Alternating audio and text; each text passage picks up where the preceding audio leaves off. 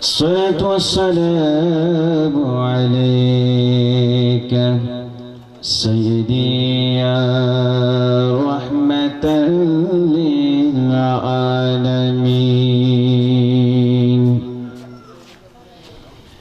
أعوذ بالله من الشيطان الرجيم. بسم الله الرحمن الرحيم. إن الله وملائكته يصلون على النبي يا أيها الذين آمنوا صلوا عليه وسلموا تسليما. اللهم صل على مولانا محمد وعلى آل سيدنا. ধন্য গো মা আমেনা, ধন্য আপনার জিন্দেগি, আপনার উসিলায় পেলাম মোরা রহমাতাল লিল আলামিন। আল্লাহুম্মা সাইয়্যিদিনা মাওলানা মুহাম্মদ ওয়া আলা আলি সাইয়্যিদিনা। নবীর আশিক वैसल करनी, अरे नबी जीर शिके दीवाना। बत्रिश दंदार शहीद करलेन, एकटी मात्र रखलो ना। अल्लाहुम्मा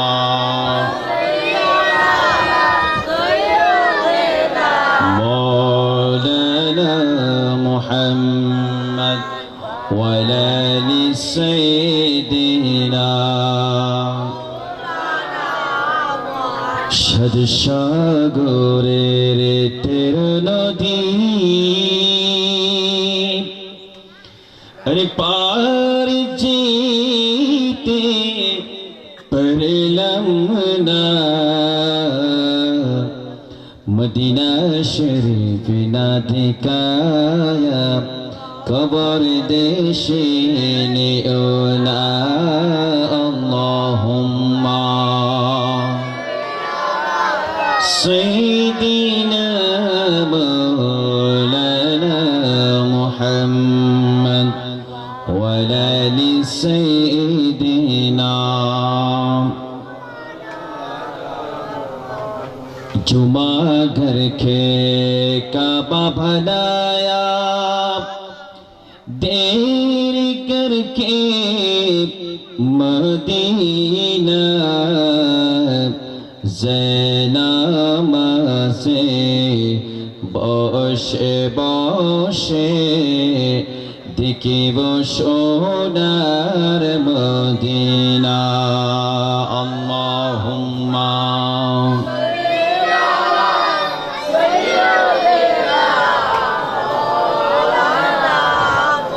وعلى آل سيدنا. صلاة يا رسول الله عليكم بقارے خش خیراب نو آغسنی یا رسول اللہ پریشانم پریشانم اغسنی یا رسول اللہ صلاة یا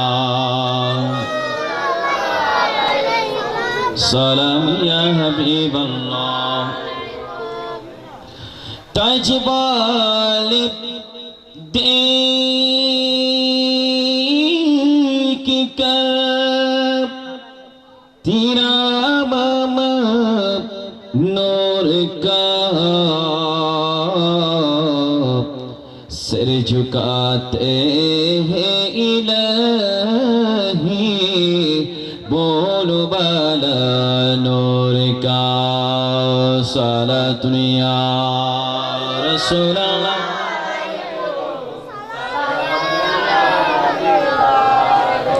مدینے کی حیطے خدا تجھ گرا کے غریبوں فقیروں کی ٹھہرانے والے صلاة یا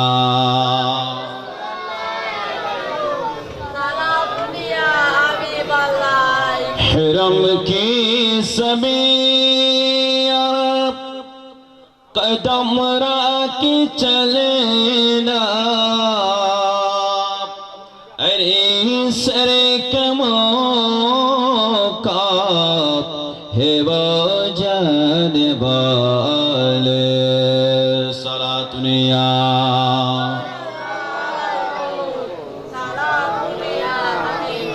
چمک تجھ سے پاتے ہیں سب پانے والے میرا دل بھی چمکا دے چمکانے والے صلاة یا رسول اللہ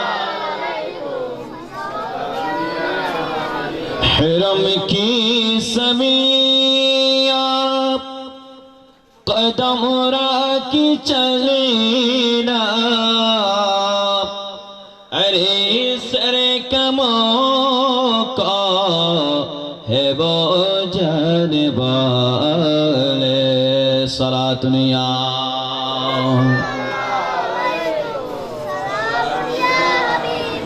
اعوذ باللہ من الشیطان الرجیم بسم اللہ الرحمن الرحیم الا ان اولیاء اللہ لا خوف علیہم ولا هم يحزنون صدق اللہ المولانا العظیم وصدق رسول النبی الحبیب الکریم مولایا صلی وسلم دائما ابدا علی حبیبک خیر خلق کلہم خواجہ کا روضہ یہاں سے ہے دور لیکن صدا وہ سنتے ہیں ضرور خواجہ کا روضہ یہاں سے ہے دور لیکن صدا وہ سنتے ہیں ضرور وہ ہے خدا کا پیارا وہ ہے خدا کا پیارا نبی کا دلہرا یہ ہے خواجہ کا شان اللہ اللہ সবাই পড়ে মোহাম্মদ শাহ করে یہ ہے خواجہ کا شان اللہ اللہ یہ ہے خواجہ کا شان یہ ہے خواجہ کا شان خواجہ کا روضہ یہاں سے ہے دور لیکن صدا وہ سنتے ہیں ضرور وہ ہے خدا کا پیارا نبی کا دلہرا وہ ہے خدا کا پیارا نبی کا دلہرا یہ ہے خواجہ کا شان اللہ اللہ یہ ہے خواجہ کا شان اجمیروں میں آ کے اسلام پہلایا چوتوں کو جھگایا جے فلسفے کا کلمہ پڑھایا جے فلسفے کا کلمہ پڑھایا اور کلمہ پڑھا کے مسلمان بنایا اور کلمہ پڑھا کے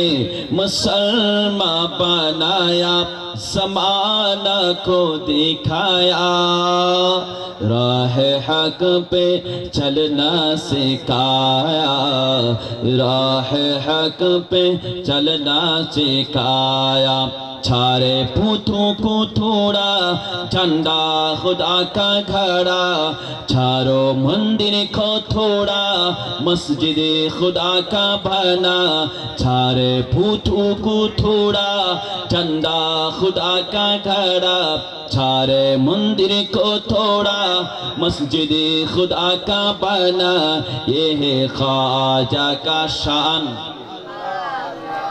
یہ ہے خواجہ کا شان یہ ہے خواجہ کا شان خواجہ کا روزہ یہاں سے ہے دور لیکن صدا بس سنتے ہیں ضرور وہ ہے خدا کا پیارا نبی کا دلہرا یہ ہے خواجہ کا شان اللہ اللہ یہ ہے خواجہ کا شان اللہ اللہ یہ ہے خواجہ کا شان دشمن ہے زمانہ اپنا بھی بھیگانا میں تیرا دیوانہ خواجہ پیا ہو کرم کی نظر خواجہ پیا ہو کرم کی نظر اب غم سے چڑا لو اب غم سے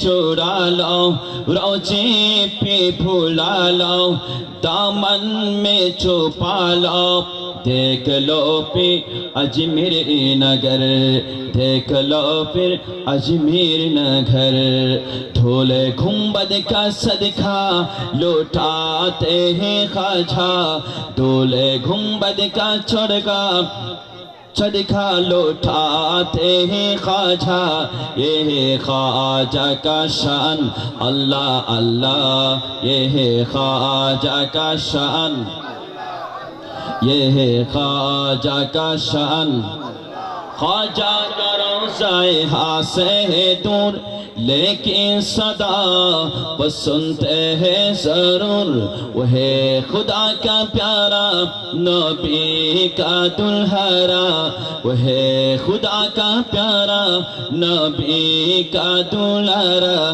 یہ ہے خواجہ کا شان اللہ اللہ یہ ہے خواجہ کا شان উপস্থিত দক্ষিণ ছাতরি তুতির মোল্লা ভাড়ি হযরত শাহ মুহসিন আউলিয়া রহমতুল্লাহ আলাইহির সমাজের অধ্যক্ষে সপ্তমতম পবিত্র ঈদ এ মিলাদুন নবী সাল্লাল্লাহু আলাইহি ওয়াসাল্লাম উদযাপন উপলক্ষে আজিমুশ শান নূরানী মিলাদ মাহফিলে প্রধান বক্তা হিসেবে অল্প কিছুক্ষণের মধ্যে তাশরীফ আনবেন কাদেরিয়া তাহরিয়া সাবিরিয়া মাদ্রাসা টাঙ্গাইল প্রতিষ্ঠাতা মহাপরিচালক মুজাহিদ আহলে সুন্নাহ মুনাজির আহলে সুন্নাহ আল্লামা মাহবুবুল হক আল কাদেরী নূরে বাংলা মাদ্দাজিলহুল আলী যিনি এতক্ষণ পর্যন্ত আপনাদের সামনে তাকরীর পেশ করেছেন صدر اسلامیہ داخل مدرسار شمارت و چبار مولانا مقاضی محمد معین الدین انصاری مدہجل العالی عسکر عظیم الشان محفیلی সভাপতিত্ব করবেন উত্তর বান্দার গাউসিয়া হাশিমিয়া দাখিল মাদ্রাসার মহাপরিচালক দক্ষিণ চাঁদুরী মাঝামবাড়ি জামে মসজিদের সম্মানিত খতিব মুকাররম বিশিষ্ট আলেমে দ্বীন মুজাহিদ আহলে সুন্নাহ মৌলানা মনির আহমদ আনোয়ারি সাহেব কিবলা মদ্দাহিজুল আলী আসকাজি মুশাল মাহফিলে আর বহু উলামায়ে ইকরাম আমার মুরব্বি বাবারা নওজোয়ান ভাইরা আমার ছোট্ট ছোট্ট কিশোরমণি ভাইরা পর্দার আড়ালে আমার মা ও বোনেরা রহমানি ওয়া রাহমাকুমুল্লাহ আসসালামু আলাইকুম ওয়া রাহমাতুল্লাহি ওয়া বারাকাতুহু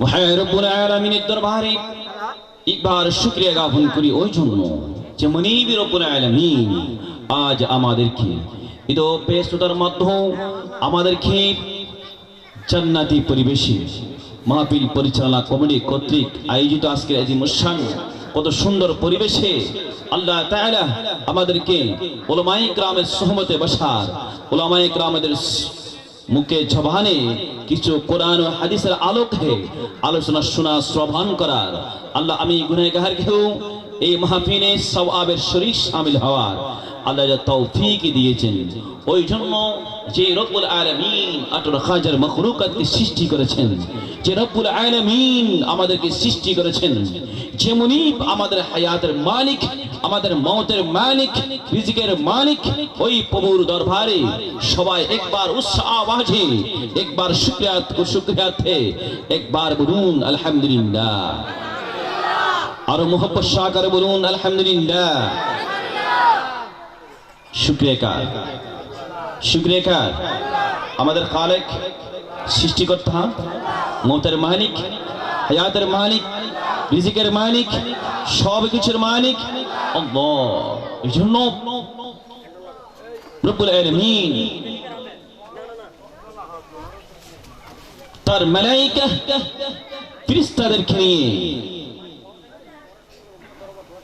ফেরেশতাদেরকে নিয়ে গর্ব করে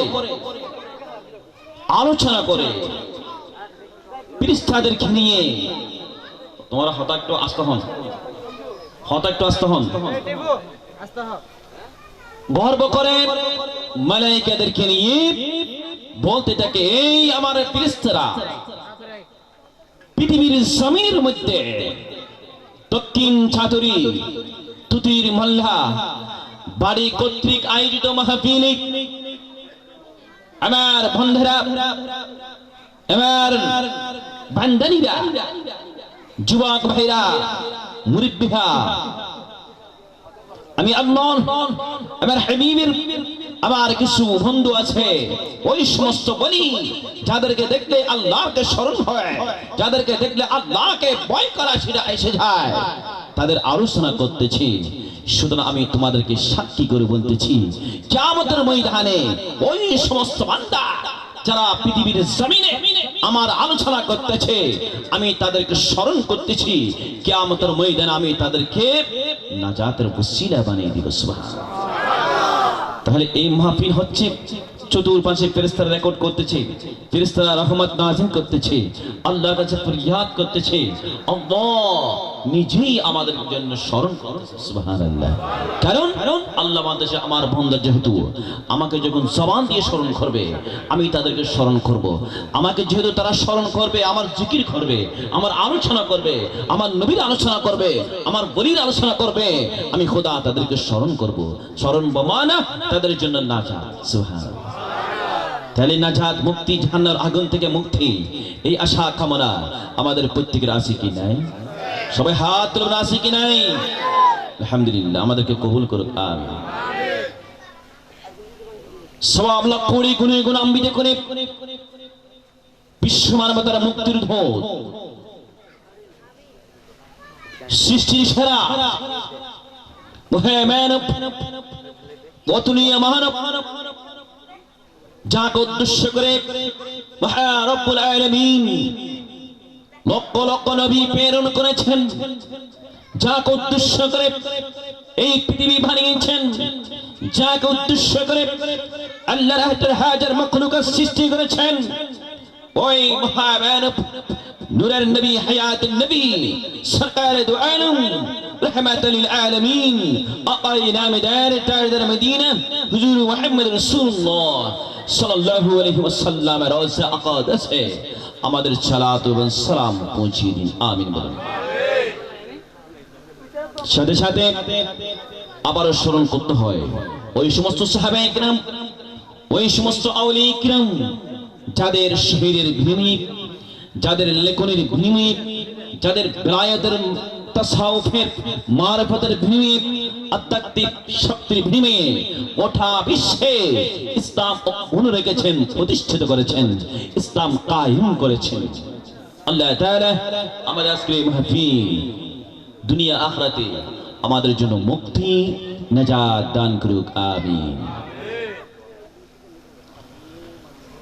আল্লাহ রাব্বুল আলামিন কোরআনে পাকের মধ্যে সূরা নূর 63 নম্বর আয়াতে আল্লাহ তাআলা ইরশাদ ফরমালেন, বিসমিল্লাহির রহমানির রহিম, ইন্না আউলিয়া আল্লাহি লা খাউফুন আলাইহিম ولا هم يحزنون। আল্লাহ রাব্বুল আলামিন বলেন, এবার কিছু বন্ধু, এবার কিছু বলি যাদের দুনিয়ার মধ্যে আমি পাঠিয়েছি, দুনিয়ার মধ্যে আমি প্রেরণ করেছি, যারা আমার জিকির করতে করতে, যারা আমার শান মান আলোচনা করতে করতে, রিয়াজত করতে করতে, মুরাকাবা করতে করতে আমি আল্লাহকে রাজি করতে পেরেছে, ওই সমস্ত বন্ধু যাদের দুনিয়া এবং আখিরাতে কোনো চিন্তিত নয়, কোনো ভয় নাই।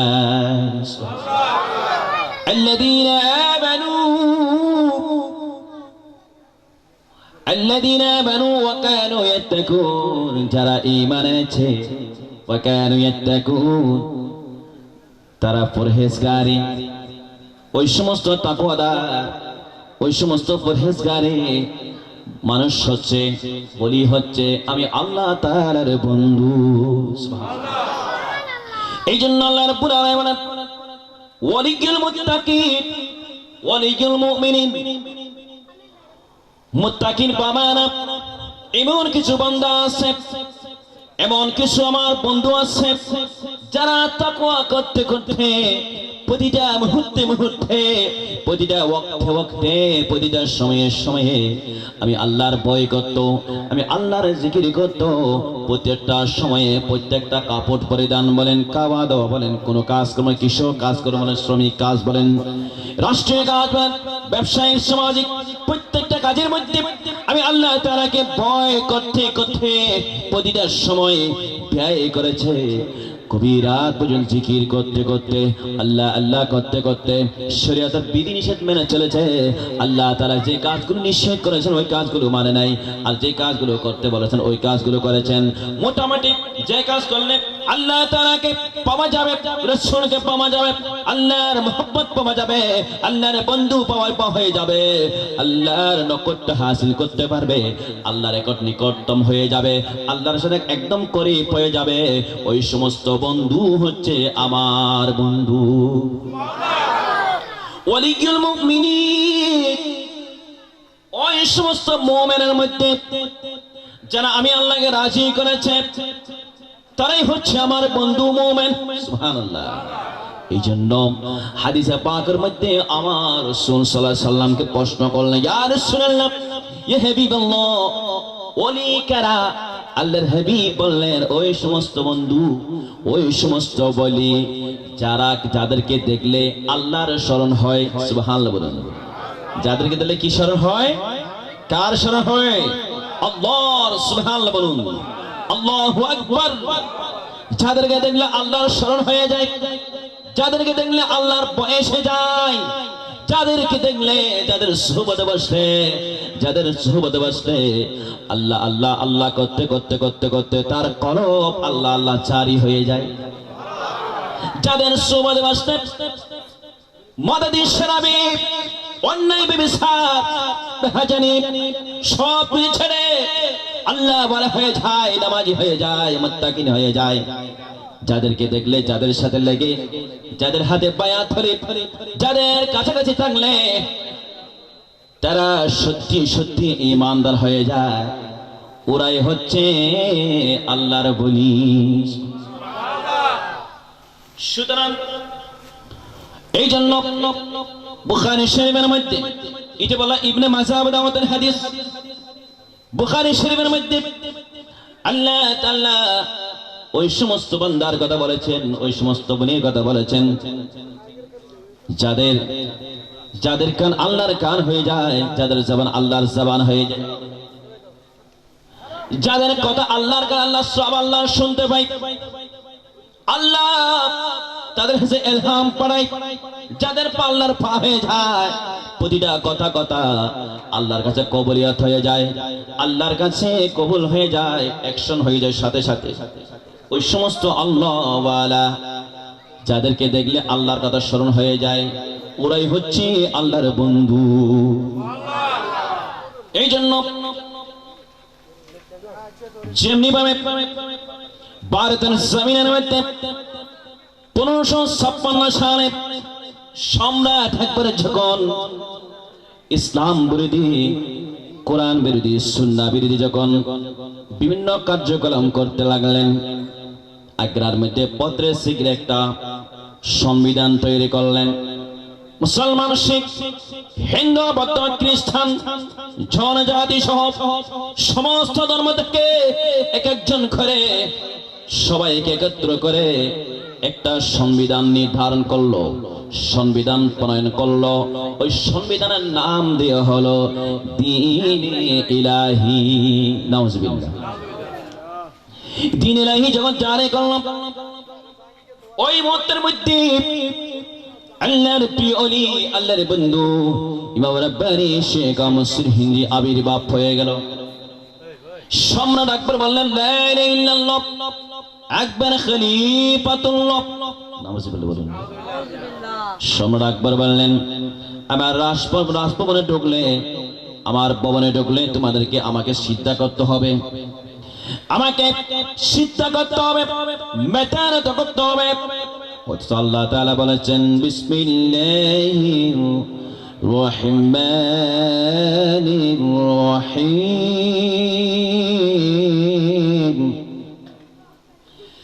ইয়া আইয়ুহাল্লাযীনা আমানু রুকউ ওয়াসজুদু ওয়া'বুদু রাব্বাকুম وافعلوا الخير لعلكم يتقون. سبحان الله تعالى বলেন, এই ইমানদারগণ, আমানু রুকউ ওয়াসজুদু ওয়া'বুদু, আমানু রুকউ, তোমরা রুকু করো, ওয়াসজুদু, সিজদা করো, ওয়া'বুদু, ইবাদত করো, রব্বাকুম, কার ইবাদত? জোরে বলেন, কার ইবাদত? জবান গুলো বলেন, কার ইবাদত? এই জন্য আল্লাহ রাব্বুল আলামিন ইবাদত আল্লাহর জন্য, সিজদা আল্লাহর জন্য, রুকু আল্লাহর জন্য। সুতরাং কোন মানুষকে মহামানব বলেন, বিশ্বের শ্রেষ্ঠ নেতা বলেন, বিশ্বের শ্রেষ্ঠ মানুষ বলেন, কোন ব্যক্তিকে কোন সিজদা রুকু করা যাবে, মাথা নত করা যাবে না। ইমাম রাব্বানি শেখ মুসলিম হিন্দি মুজাদ্দিদ আল-ফিসানি রাহমাতুল্লাহ আলাইহি ডিগ্রির মধ্যে, ইসলামিক হিস্ট্রির মধ্যে এই ঘটনাটা উল্লেখ আছে। এই ইমাম রাব্বানি সাথে সাথে আবির্ভাব হয়ে গেলেন, গর্জন দিয়ে উঠলেন, জিহাদের জন্য প্রস্তুত হতে লাগলেন। সমস্ত মুসলিম উম্মাহকে, লক্ষ লক্ষ আশিককে, ভক্ত মুরিদানকে নির্দেশ দিলেন, ও আমার ভক্ত মুরিদানরা, ও আমার ভক্ত মুরিদানরা, এই আশিকরা, তোমরা যুদ্ধের জন্য প্রস্তুত হয়ে যাও। এভাবে হুঙ্কার দিতে লাগলেন। আমার মতো এরকম মাহফিল, এরকম মাজলিসের ব্যবস্থা করলেন। মাজলিসের মধ্যে কোরআন সুন্নাহর আলোকে আল্লাহ তার হাবিবের আলোচনা করতে লাগলেন। আর ওই পাশের মধ্যে সম্রাট আকবর সুন্দর সুন্দর রমণীদেরকে নিয়ে, সুন্দর সুন্দর রূপসী মহিলাদেরকে নিয়ে, যুবতীদেরকে নিয়ে গানের আসর পরিসর করতে লাগলেন। গানের আসর দিলেন, গান বাজনা শুরু করে দিলেন। ওই মুহূর্তের মধ্যে সম্রাট আকবর হুঙ্কার দিয়ে উঠলেন, আর শেখ মুসলিম মুজাহিদ ফাসানি রাহমাতুল্লাহ আলাইহি তার একজন মুরিদকে বললেন, এবার মুরিদা, ও আমার মুরিদা, এই মুহূর্তের মধ্যে এই মুষ্টি বালি সম্রাট আকবরের প্যান্ডেলের দিকে নিক্ষেপ করো, সম্রাট আকবরের প্যান্ডেলের দিকে তাবর দিকে মেরে দাও। এভাবে সম্রাট আকবর তাবর দিকে হুজুরের মুরিদান কথা মোতাবেক এক মুষ্টি বালি নিয়ে সম্রাট আকবরের তাবর দিকে নিক্ষেপ করলেন, পেরে দিলেন। সাথে সাথে এমন তুফান শুরু হয়ে গেল, এমন তুফান শুরু হয়ে গেল, এমন বাতাস শুরু হয়ে গেল, এমন হাওয়া শুরু হয়ে গেল, এমন বৃষ্টি শুরু হয়ে গেল। সাথে সাথে সম্রাট আকবরের প্যান্ডেল, সম্রাট আকবরের তাবর লন্ডভন্ড হয়ে গেল। আল্লাহর ওলিদের ক্ষমতা আছে কিনা? ক্ষমতা কে দিয়েছে? ক্ষমতা কে দিয়েছে? ওই জন্য বুখারী শরীফের হাদিস আমি বলেছিলাম আগে, যারা আল্লাহকে রাজি করতে করতে তাদের জবান আল্লাহর জবান হয়ে যায়, তাদের কান আল্লাহর কান হয়ে যায়, যাদের মুখ থেকে যা বের হয়ে যায় আল্লাহ তাআলার কাছে তা কবুল হয়ে যায়। কেন কবুল হয়েছে? তারা নিশ্চয় নিশ্চয় গভীর রাত পর্যন্ত আল্লাহ তাআলা ইবাদত করেছিলেন, তাহাজ্জুদ গুজারি করেছিলেন, কোরআনে কারীম তেলাওয়াত করেছিলেন, হারাম খাবার খায় নাই, সার্বক্ষণিক হালাল খাবার খেয়েছেন। আর না, তাদের ইবাদত, তাদের একারাত আল্লাহর ইবাদত, তাদের কাবার, তাদের কুম আল্লাহর ইবাদত, গভীর রাত পর্যন্ত কোরআন কারীম তেলাওয়াত করতেন, তাহাজ্জুদ গুজারি করতেন, মুরাকাবায় বসতেন, মুশাহাদা বসতেন, আল্লাহ আল্লাহ আল্লাহ আল্লাহ আল্লাহ আল্লাহ এইভাবে যখন মুরাকাবা করতে থাকতেন তাদের কলব অটোমেটিকলি আল্লাহ আল্লাহ জারি হয়ে যায়। এই জন্য বিশ্ববিখ্যাত যত আউলিয়া ইকরাম রয়েছে, গৌসবাগ বলেন, সর্বদ্বীপ বসরি বলেন, শামসুদ্দিন তিবরিজি বলেন, জালালউদ্দিন সুয়ুতি বলেন, খাজা গরিব নওয়াজ বলেন, প্রত্যেকটা ওলির জীবনী দেখলে আমরা বুঝে নিব পরিষ্কারভাবে জীবনতে দেখা আছে। প্রত্যেকটা জীবনে যদি আমরা দেখি, রিসার্চ করি, আমরা গবেষণা করি, যদি আমরা পড়াশোনা করি, আমরা দেখতেই পাবে একটা কথা, সেই কথাটা হচ্ছে আল্লাহর ইবাদত। ঠিক কিনা বলুন? জোরে বলেন ঠিক কিনা? পর্দা ছিল কিনা? পর্দা ছিল কিনা? কোন বেগানা পুরুষের সামনে গিয়েছিল, যায় নাই, হারাম খায় নাই, সুদ খায় নাই, মদ পান করে নাই, অন্যায় করে নাই, ব্যভিচার করে নাই, অন্যায় সালিশ করে নাই। মাশাআল্লাহ, আর সব হয়েছে ভাগী, আলহামদুলিল্লাহ। আল্লাহুম্মা সাল্লি আলা মাওলানা মুহাম্মদ ওয়া আলা আলি সাইয়্যিদিনা। उठा दो पर्दा, दिखा दो चेहरा, कि नूर बारी हिजाब में समाना तारे हो रहा है, कि मेरे कब से निकाब में है। उठा दो पर्दा, दिखा दो खड़े है मैं नकीर सर पर, न कोई हामी न कोई याबर। सुभान अल्लाह। खड़े है मैं नकीर सर पर, न कोई हामी न कोई याबर। बता दो आकर मेरे पैगंबर, बता दो आकर मेरे पैगंबर, के सख्त मुश्किल अज़ाबों में है। उठा दो पर्दा, दिखा कि नूर बारी हिजाब में है। उठा दो पर्दा, दिखा। सलातुन या रसूल अल्लाह। সম্রাট আকবর নারীর পর্দা, গরু জবাব, মসজিদ পণ্য নির্মাণ, সমস্ত কুরআন সুন্নাহ বিরোধী সংবিধান যখন প্রণয়ন করলেন সম্রাট আকবর 1576 সালে গর্জে উঠলেন। সম্রাট আকবরের বিরুদ্ধে ইমাম রাব্বানী শেখ মসির হিন্দি জিহাদের ডাক দিলেন। ওই কথাটা বললাম, আল্লাহর বলি নিজেই পানি নিক্ষেপ করে নাই, একজন মুরিদানকে দিলেন, অর্ডার করলেন, ঠিক কিনা? অর্ডার করলেন, নির্দেশ দিলেন, উনি নিজেই করে নাই, আরেকজনকে বললেন। যদি আরেকজনের নির্দেশের মাধ্যমে, অর্ডারের মাধ্যমে যদি পানি নিক্ষেপ করার কারণে প্যান্ডেল লন্ডমন্ড হয়ে যায়, শুধু তাই নয়, সম্রাট আকবর এরকম খুঁটি আছে কিনা, খুঁটি বাঁশ, একটা প্যান্ডেল করতে হলে কি হয়, এরকম খুঁটি দিতে হয়, ঠিক কিনা? ওই খুঁটির দেখায় মাথার মধ্যে আঘাত লাগে, 1 সপ্তাহের মধ্যে সম্রাট আকবর জাহান্নামে চলে গেলেন। কোথায়? কোথায়? কথা বলেন কোথায়? জোরে বলেন কোথায়? জাহান্নামে। ইসলাম বিরোধী আইন প্রণয়ন করলে, কুরআন সুন্নাহ বিরোধী আইন প্রণয়ন করলে, আল্লাহ রাসূল বিরোধী, বলি বিরোধী কোন সংবিধান করলে আমরা মানব। সুতরাং কুরআন সুন্নাহ বিরোধী আইন প্রণয়ন করার কারণে সম্রাট আকবর জাহান্নামে গেলেন।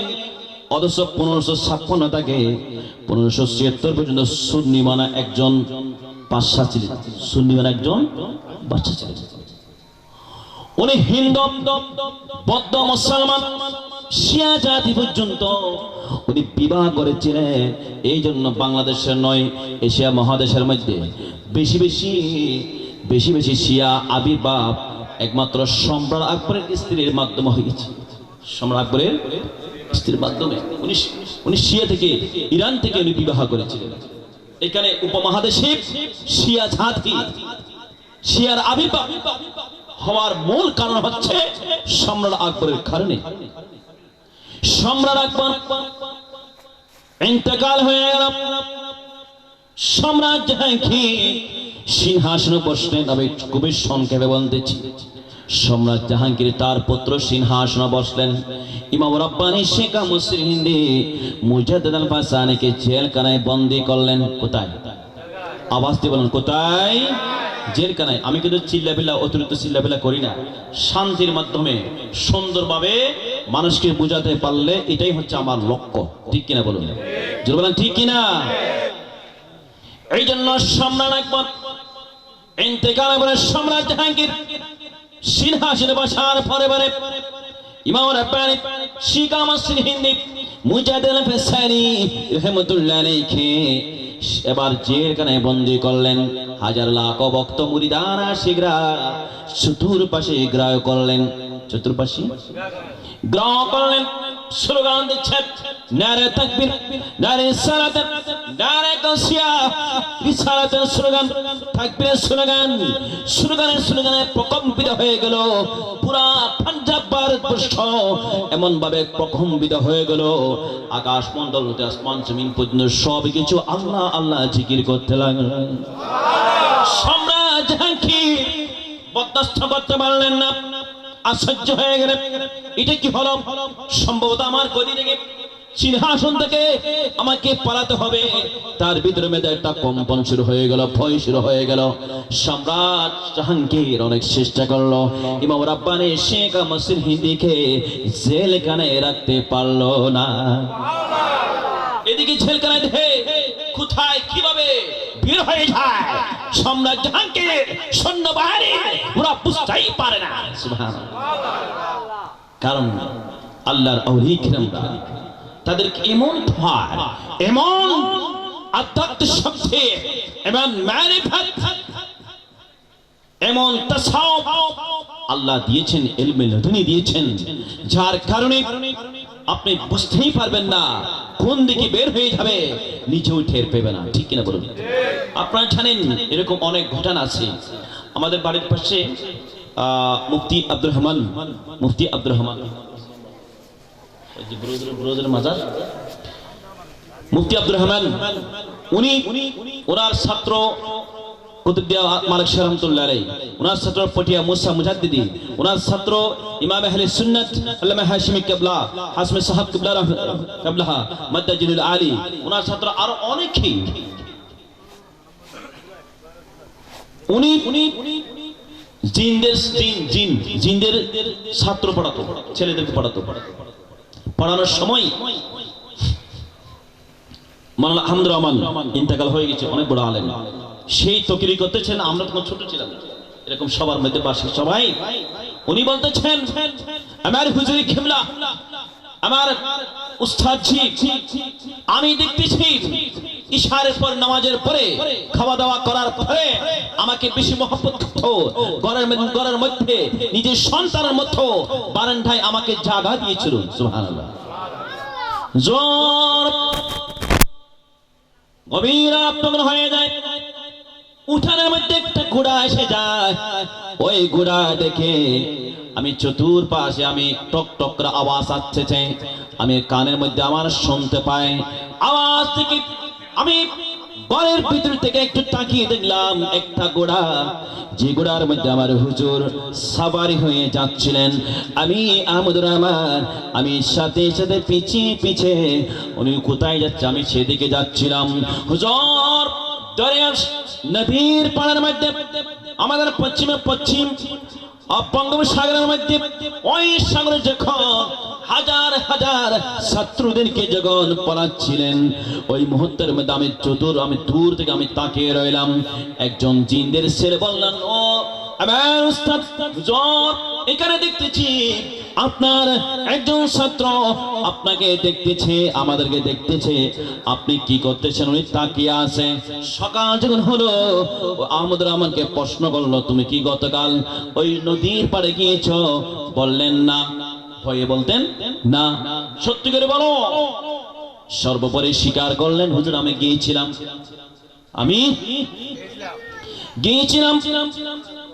হুজুর একটা কথা আমার প্রশ্ন আছে, আমার প্রশ্ন লেগে যায়। আশ্চর্য হয়ে গেলাম। ঘোড়া দেখলাম টক টক করে আসবেন, আপনি সওয়ারি হলেন ঘোড়ার মধ্যে। আমি দেখলাম চতুর্পাশে ঘরের দরজা বন্ধ। আপনি কিভাবে ঘরের দরজা দিয়ে বের হলেন? কিভাবে আপনি বের হলেন? আমি সেটা কোনোভাবে আমি বুঝতে পারলাম না। বললেন, আজ এই কথা বলেছো আর বলবে না, এটা তোমার ভিতরে রাখা, কারো কাছে প্রকাশ করবে না। আর আল্লাহর বলিরা বের হওয়ার ক্ষমতা আল্লাহ দিয়েছেন, ঠিক কিনা? এই ক্ষমতার মালিক কে? আল্লাহ চাইলে দিতে পারে কি পারে না? ইলমে লাদুনি বুখারী মুসলিম তিরমিজি পড়তে হয় না। খোদা প্রদত্ত জ্ঞান যখন ঢুকে দেওয়া হবে, খোদা প্রদত্ত ইলমে লাদুনি যখন দেওয়া হবে, তার ভিতরে বুখারী মুসলিম নাই, তিরমিজি নাই, খোদাই জ্ঞান আল্লাহ চাইলে দিতে পারে বান্দাকে, ঠিক কিনা বলুন? দেওয়ার মালিক কে? আল্লাহ। এই জন্যই আমরা পানি শেখ আহমদ সিরহিন্দি মুজাহিদ আল বাসানি রাহমাতুল্লাহ আলাইহি হাজার হাজার কর্মী, হাজার হাজার ভক্ত শ্রোতা, হাজার হাজার আশিকান মুহিব্বানরা জেলখানায় বন্দী হয়েছিল। সর্বোপরি সম্রাট জাহাঙ্গীর বুঝতে পারল ইমাম রাব্বানী শেখ আহমদ সিরহিন্দিকে কোনোভাবে আটকানো যাবে না। উনি রাজা প্রজা সবাইকে নিয়ে বৈঠক করলেন, আলোচনা করলেন। আমার রাজা প্রজারা, উজিররা, আমার সৈন্যবাহিনীরা, যারা বিজ্ঞ জ্ঞানী, যারা বৃদ্ধ, তাদেরকে সাথে নিয়ে বৈঠক করলেন। বলো, সত্য করে বলো, তোমরা সত্য করে বলো, আমার সিংহাসনে আমি থাকতে পারবে কিনা? ভালো বলুন না। সবাই এক আওয়াজে বলেন, হে সম্রাট জাহাঙ্গীর, আপনাকে ইমাম রাব্বানী শেখ আহমদ সিরহিন্দি মুজাদ্দিদ আল ফাসানি রাহমাতুল্লাহর হাতে আপনাকে আত্মসমর্পণ করতে হবে, আপনাকে তার কাছে নত হতে হবে। তাহলে তুমি সিংহাসনে থাকতে পারবা, না হয় তুমি অতি সত্বর খুব দ্রুত সিংহাসন থেকে আপনাকে পালাতে হবে। সুবহানাল্লাহ। কারণ যারা আল্লাহ ওয়ালা, যারা আল্লাহ তাআলার আল্লাহর ওয়াহদানিয়ত ইসলামের জন্য, ইসলাম জিন্দা করার জন্য, ইসলাম প্রতিষ্ঠিত করার জন্য, নামাজ প্রতিষ্ঠিত করার জন্য, হজ প্রতিষ্ঠিত করার জন্য, যাকাত প্রতিষ্ঠিত করার জন্য, সংবিধান প্রতিষ্ঠিত করার জন্য যারা জান মান কুরবান নয় সব করে দিতে প্রস্তুত, ঈমান দিতে প্রস্তুত নয়, ঠিক কিনা বলুন? এজন্য ইমাম রাব্বানি কাউকে ভয় করে নাই, ভয় করেছে কাকে? আল্লাহকে। ইমাম রাব্বানি শেখ আহমদ সিরহিন্দিকে হুজুরের সামনে এসে ওই সম্রাট জাহাঙ্গীর সামনে সামনে চলে আসলেন। আসার পরে কদম লুটিয়ে পড়লেন, হুজুর হুজুর আমি আপনার পায়ে ধরি, আপনার কদমে ধরি, আপনি আমাকে একটু দয়া করে মাফ করে দিন হুজুর। হে সম্রাট জাহাঙ্গীর, কোনোভাবে তোমাকে বায়াত গ্রহণ করব না। আমি ওই পীর নয়, বর্তমান অনেক পীর আছে ভণ্ড, যারা কি করে মুরিদের জন্য পাগল দেওয়ানা, ঠিক কিনা বলেন? কথা বলেন ঠিক কিনা? মুরিদের জন্য কি? মুরিদের জন্য, গরু ছাগলের জন্য যে মুরিদ টাকা বেশি দেবে সেই মুরিদ কার কাছে প্রিয়? এরকম অনেক আছে কি নাই? কথা বলেন আছে কি নাই? ইমাম রাব্বানি মুরিদের জন্য দেওয়ানা হয় নাই।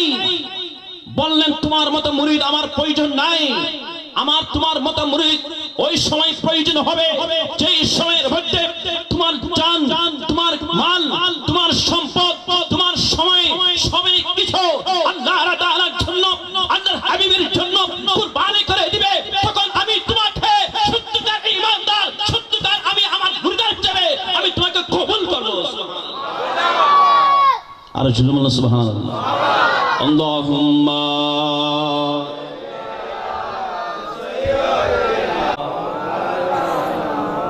দিবানিশি মরলি আমার আর তৃষ্ণারি যন্ত্রণা, দনি যদি হইতাম আমরা যেতাম সোনার মদিনা।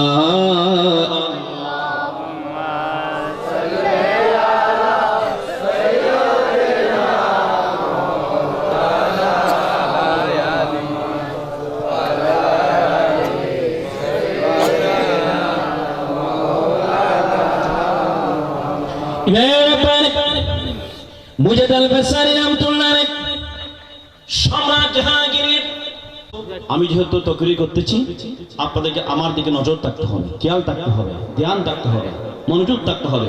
কারণ মনোযোগ না হলে আপনার সেই বক্তব্য শুনে মজা পাবেন না, সেটা আমি করব। ইমাম রাব্বানি বললেন মুরিদান বানাবো, একটা সত্য। বললেন হুজুর কি সত্য? ওই সময় তোমাকে বানাবো যখন তুমি তোমার বাবার রেখে যাওয়া সংবিধান দ্বীন ইলাহি যখন এটা বিলুপ্ত করবা, বাতিল করবা, দাপন করবা, কোরআন সুন্নাহ ভিত্তিক সমাজ ব্যবস্থা, রাষ্ট্র ব্যবস্থা, ইসলামী শাসন ব্যবস্থা যখন তুমি পরিচালনা করবা, একটা সংবিধান করবা, তখনই আমি তোমাকে সত্যিকার ঈমানদার, আমার আশিক হিসেবে আমি কবুল করব। সুবহানাল্লাহ, সুবহানাল্লাহ। তাহলে কোন সম্পদ চেয়েছে, টাকা চেয়েছে, মুরিদান পাগল হয়েছে? বলুন তো, সেই যদি হুজুর যদি তাকে মুরিদান বানাতেন, তাহলে হুজুর কি টাকার অভাব হতো, সম্পদের অভাব হতো? সেটা চাইনি হুজুর, ঠিক কিনা বলুন? সমাজ ব্যবস্থা, কোরআন সুন্নাহ সংবিধান পৃথিবীর জমিনের মধ্যে, ভারতবর্ষের মধ্যে প্রতিষ্ঠিত হোক, এটাই চেয়েছেন, ঠিক কিনা বলুন? ইচ্ছে বলুন তো, সম্রাট আকবর যদি দিন এই যে আমরা বাংলা নববর্ষ করতেছি, যখন কি আসে পহেলা বৈশাখ, এই পহেলা বৈশাখ কোন সালে, কোন সময় প্রতিষ্ঠিত, কার আমলে? সম্রাট আকবরের আমলে। সম্রাট, কথা বলেন, সম্রাট আকবর ইসলামের অনেক ক্ষতি করেছে। এই যে অপসংস্কৃতি কিছু আমাদের মধ্যে আছে, শিয়ারা বেশিবাসী অপসংস্কৃতি করে, ওগুলো কোথেকে এসেছে? সম্রাট আকবর থেকে। বলুন, আজকে যদি সম্রাট আকবর যদি সংবিধান থেকে যেত, তাহলে এই দেশের মধ্যে কিয়ামত পর্যন্ত ইসলামকে কলঙ্কিত করত, ঠিক কিনা বলুন? ও তো হিন্দু বন্ধু, খ্রিস্টান, মুসলিম প্রত্যেকটা ধর্ম থেকে এক একজনকে নিয়ে একটা সংবিধান করেছিলেন। এদেশে সবকিছু একসাথে চলবে, মানে সিদ্ধা চলবে, মাথা নত করতে হবে, মসজিদ পুনর্নির্মাণ করা যাবে না, ইসলামী শাসন ব্যবস্থা চলবে না, কাজী নিয়ে চলবে না, গরু জবাই চলবে না। সত্যিকার ঈমানদার এই সমস্ত বিষয়গুলি কোনোদিন মানবে? ইমাম রাব্বানী শেখ আহমদ সিন্দি মুজাদ আল বাসানি রাহমাতুল্লাহ আলাইহি এক বাক্যে বলে দিলেন, ও সম্রাট জাহাঙ্গীর, তুমি যদি সত্য সত্য আমাকে ভালোবাসো, সত্যি সত্য আমার মুরিদান হতে চাও, আমি তোমাকে একটা শর্ত দিলাম। সেই শর্তটা হচ্ছে তোমাকে ইসলামী শাসন ব্যবস্থা চালু করতে হবে। সুবহানাল্লাহ। হুজুর,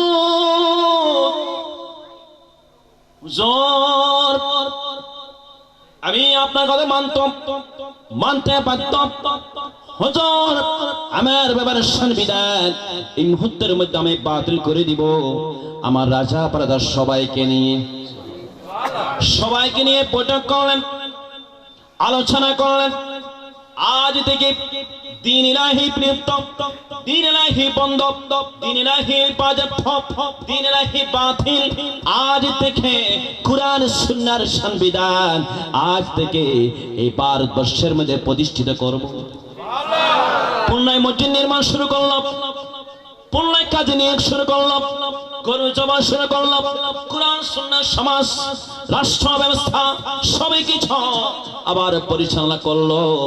এবার বলেন, হুজুর, আমি আজ রাষ্ট্রপ্রধান থাকতে চাই না, প্রেসিডেন্ট থাকতে চাই না। হুজুর, আজকে এই সিংহাসনের মধ্যে আপনাকে বসতে হবে। ইমাম রাব্বানী বললেন, এই জাহাঙ্গীর, তুমি কি বলো? আমি কি তোমার সিংহাসনের জন্য, তোমার রাষ্ট্রপ্রধানের জন্য, তোমার সিংহাসনে তোমার চেয়ারে বসার জন্য এই আন্দোলন করি নাই। এই আন্দোলন করেছি স্বয়ং আল্লাহ তাআলাকে খুশি করার জন্য। সুতরাং এদেশে ইসলাম কায়েম হয়েছে, ইসলাম প্রতিষ্ঠিত হয়েছে অনেক কষ্টের বিনিময়ে, অনেক ধৈর্যের বিনিময়ে, ত্যাগের বিনিময়ে, অনেক পরিশ্রমের বিনিময়ে, জিহাদের ময়দানে যুদ্ধ করে তাজা রক্ত দিয়ে জীবনকে কুরবানি করে জেল বন্দী করেছেন। আল্লাহ তাআলা একজন বন্ধু, আল্লাহর বলি পর্যন্ত জেল বন্দী কারাগারে সময় ব্যয় করে, নিজের সময়কে অত কষ্টের মধ্যে ব্যয় করে ইসলামের জন্য জীবনকে কুরবানি করে এদেশে সত্য পথ ইসলাম ধর্ম প্রতিষ্ঠিত করেছেন। ঠিক কিনা বলুন? আজকে আমরা কি করতেছি? আমরা কোন পথে আছি? সমাজ ব্যবস্থার মধ্যে আজকে বহির্গত সিরিয়াল, বহির্গত অপসংস্কৃতি, টেলিভিশনে সেই সমস্ত ভারতীয় সিরিয়াল, ওগুলো দেখে ওগুলো আমাদের জীবন ব্যবস্থার মধ্যে আমরা প্রতিষ্ঠিত করতেছি। আমরা কিভাবে সমাজ ব্যবস্থা, কিভাবে একটা পরিবারের সুন্দর ব্যবস্থা, এই কোরআন সুন্নাহ কি বলে, আল্লাহ কি বলেছে, রাসূল কি বলেছেন, আমরা সেদিকে নাই। আমরা ওই বাইরের অপসংস্কৃতি এগুলো দেখে নিজের জীবনকে ধ্বংসের দিকে নিচ্ছি, নিজের আমলকে পথভ্রষ্ট করতেছি, ঈমানকে ধ্বংস করতেছি। আমরা এমন পর্যায়ে চলে যাচ্ছি, আমাদের ঈমান টিকে রাখা অনেক কঠিন সময় চলতেছে। ঠিক কিনা বলুন? জোরে সোরে বলেন, ঠিক কিনা? আপনি দেখেন, একটা পরিবারের রক্ষক কে? পুরুষ বলুন না, কে? একটা ফ্যামিলির রক্ষক পুরুষ। চিন্তা করুন, অথচ আল্লাহ তাআলা কোরআনে বলেছেন, মা বাবা, মুরব্বী আপনার সন্তানকে 7 বছর যখন 10 বছর যখন হবে, নামাজের দিকে দাবিত করো, নামাজের দিকে প্রহার করো, নামাজ পড়তে বলো, কোরআন শোনা সমাজ গঠন করতে বলো। আল্লাহ তাআলা বলেছেন, ইয়া আইয়ুহাল্লাযীনা আমানু কু আনফুসাকুম ওয়া আহলিকুম নার। ঈমানদার গণরা, তুমি এবং তোমার পরিবারকে জাহান্নামের আগুন থেকে রক্ষা করো। সুবহানাল্লাহ। কে বলেছেন? আল্লাহ। কে বলেছেন? আল্লাহ। আল্লাহর কথা কি মিথ্যা হয় নাকি সত্য? সত্য কিনা? কেমন সত্য? আল্লাহর কোরআন সত্য না হলে এই মালদ্বীপের জমিনের মধ্যে কোরআনকে হাতে নিয়ে ৬৫,০০০ একসাথে মুসলমান বানিয়েছেন শুধুমাত্র একজন যুবকের বিনিময়ে। সুবহানাল্লাহ। ইবনে বতুতা, যিনি সারা বিশ্বের মধ্যে সফর করতেন, সারা বিশ্বের মধ্যে সফর করতেন, ভ্রমণ করতেন, ইবনে বতুতা বলেন মালদ্বীপের জমিনে কিভাবে মুসলমান প্রতিষ্ঠিত হলো, ইসলাম কিভাবে আসলো, লক্ষ লক্ষ মুসলমান কিভাবে হয়ে গেল, রিসার্চ করতে করতে একটা ইতিহাস পেয়ে গেল। সুবহানাল্লাহ। আর দেশ থেকে একটা জাহাজ করে ওই যুবক সহ আর অনেকেই আসলেন।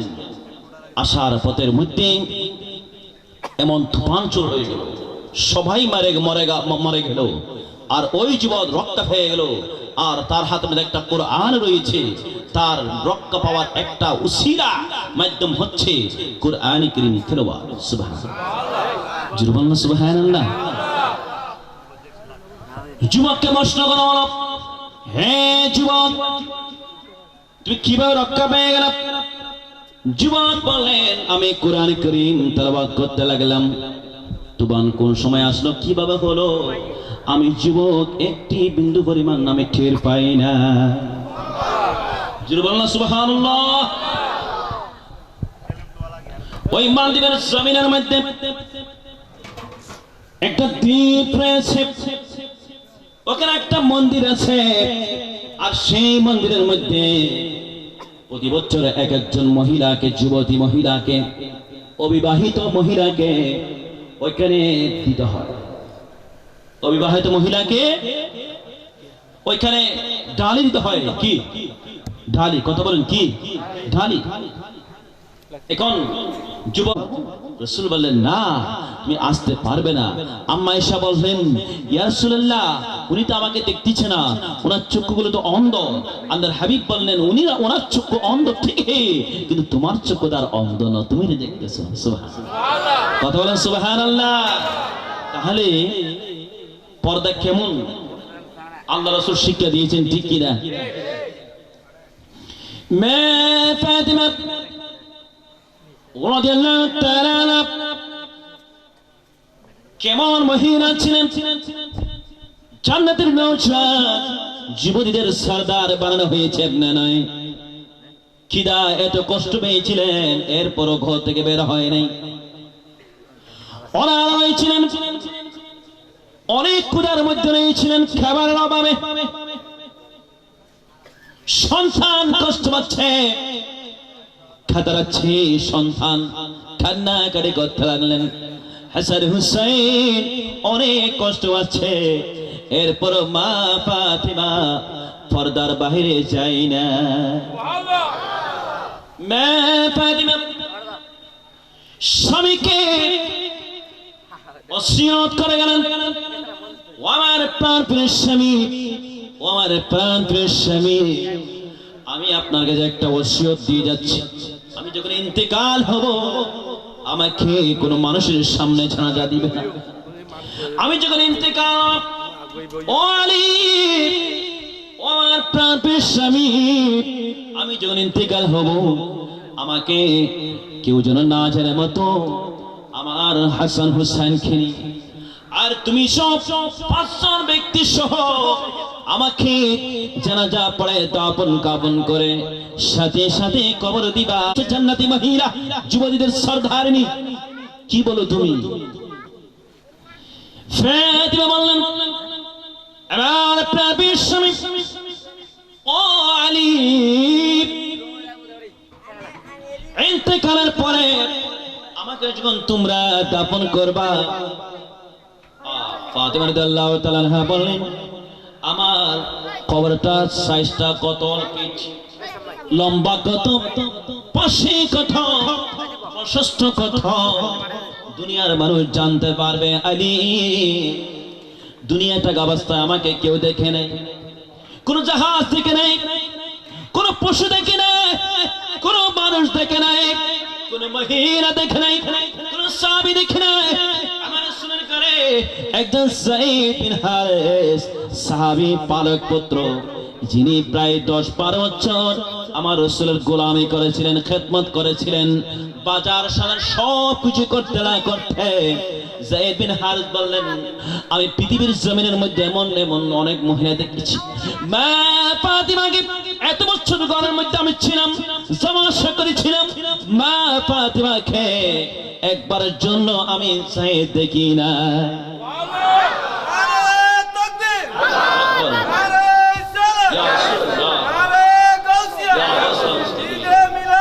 জিন্দাবাদ। তাহলে মা ফাতিমা কেমন ফাতিমা? আলী, এ আলী, যখন ইন্তেকাল হব তখন আমার কবর মানুষরা দেখবে, মানুষরা জেনে ফেলবে ফাতিমার কবর কোথায়, ফাতিমার সাইজ কত লম্বা, কত পাঠ, কিনা বলুন? দুনিয়ার মধ্যে আমাকে কেউ দেখে নাই, দুনিয়া থেকে যাওয়ার পরে কিভাবে মানুষ আমাকে দেখবে? এই জন্য মা ফাতিমার খবর কোথায় আছে, কোন জায়গায় আছে, সাইজটা কত, পৃথিবীর মানুষ কেউ দেখে নাই, জানে না। সুবহানাল্লাহ। এবার শুন আমার মা বোনেরা, যারা রাস্তাঘাটে ঘোরাফেরা, মা বাবার অবাধ্য হয়ে, স্বামীর অবাধ্য হয়ে যারা চলাফেরা ঘোরাফেরা করতেছেন, কি জাহান্নামী হবে নাকি জান্নাতি হবে? কথা বলুন, জান্নাতি হবে না জাহান্নামী হবে? স্পষ্টভাবে তারা জাহান্নামে যাবে, কারণ প্রথমত মা বাবার অবাধ্য, ঠিক কিনা? মা বাবার অবাধ্য হলে সে সন্তান কোনদিন জান্নাত পাবে, জান্নাত পাবে না। আর যে স্বামীর অবাধ্য হয়ে মার্কেটিং তো শুরু করে সব ধরনের অন্যায় ব্যবসার মধ্যে লিপ্ত, অনেক দেখে যায় স্বামী বিদেশে আর এইদিকে স্ত্রী তার কোনো ঠিক ঠিকানা নাই, ঠিক কিনা বলুন? রিক্সাওয়ালা, সিএনজিওয়ালা সব ধরনের মানুষের সুসম্পর্ক হয়ে যায়, জেনা ব্যভিচারের মধ্যে লিপ্ত হয়ে যায়। আর স্বামী লক্ষ লক্ষ টাকা ইনকাম করার জন্য, পরিবারকে শান্তি দেওয়ার জন্য, পরিবারকে সুশৃঙ্খলভাবে চালানোর জন্য, পরিবারকে অনাহারে না রেখে পরিবারকে খুশিতে রাখার জন্য, কষ্ট থেকে উদ্ধারের জন্য কত কষ্ট করে পরিশ্রম করে শ্রমিক কাজ, 10 তলা, 20 তলা, 50 তলা বিল্ডিং এর কাজ করে অনেক কষ্ট করে টাকা আয় করে মাস যখন শেষ হয়ে যায় পরিবারের জন্য পাঠাই দে, আর সেই পরিবার ওই টাকা দিয়ে পরপুরুষের সাথে আলিঙ্গন, পরপুরুষের সাথে সুসম্পর্ক, পরপুরুষের সাথে জেনা ব্যভিচারে লিপ্ত, ঠিক কিনা বলুন? সেই সমাজ কোনোদিন শান্তি আর রহমত আসবে না, সেই পরিবার কোনদিন ফেরেশতা রহমত আসবে না, আল্লাহ রহমত আসবে না। কারণ খালিদা বিনত বুস্তামি রাদিয়াল্লাহু তাআলা প্রতিদিনই শুনতেছেন জিনার ব্যভিচার, প্রতিদিনই শুনতেছে। বিনত বুস্তামির কানে দিল, ও আল্লাহর বলি হুজুর, হুজুর আপনি এলাকার মধ্যে অবস্থান করতেছেন, আপনার এলাকার মধ্যে, আপনার এরিয়ার মধ্যে এরকম পতিতালয় ব্যবসা চলতেছে, পতিতালয় জেনা ব্যভিচার আল্লাহ হারাম করেছেন কিনা? কথা বলে হারাম করেছে কিনা? কি মনে হারাম? ইসলামের মধ্যে কোনদিন এটাকে রায় দিবে না, যেটা করলে জাহান্নামে অবধারিত হয়ে যাবে, ঠিক কিনা বলুন? বাইরে বসতে যাব বলা শুনে যাবে জোর ওই হোটেলের মধ্যে টিকিট কাটার জন্য যখন গেলেন, হুজুর বললেন, ও কর্মচারী আমাকে একটা টিকিট দাও। দাড়িওয়ালা, জুব্বা পাগড়িওয়ালা হুজুর যখন গেলেন বললেন, হুজুর আপনি এটা কি বলতেছেন? এখানে একটা পতিতালয় চলে, খারাপ ব্যবসা চলে, আমরা জেনা ব্যভিচারের কাজ চলে, আপনি এখানে টিকিটের জন্য আছেন, আপনি কি কাজ করবেন? সুবহানাল্লাহ বলুন, জোরে বলুন সুবহানাল্লাহ। আমার যুবক ভাইরা, কি সুবহানাল্লাহ বলতে কোনো সমস্যা আছে? আপনি কি বোবা? আপনাকে বউ? আচ্ছা, আমার মতো অনেক বোবা আছে কি নাই? কথা বলতে পারে আছে কি নাই? এটা দেওয়ার মালিক কে?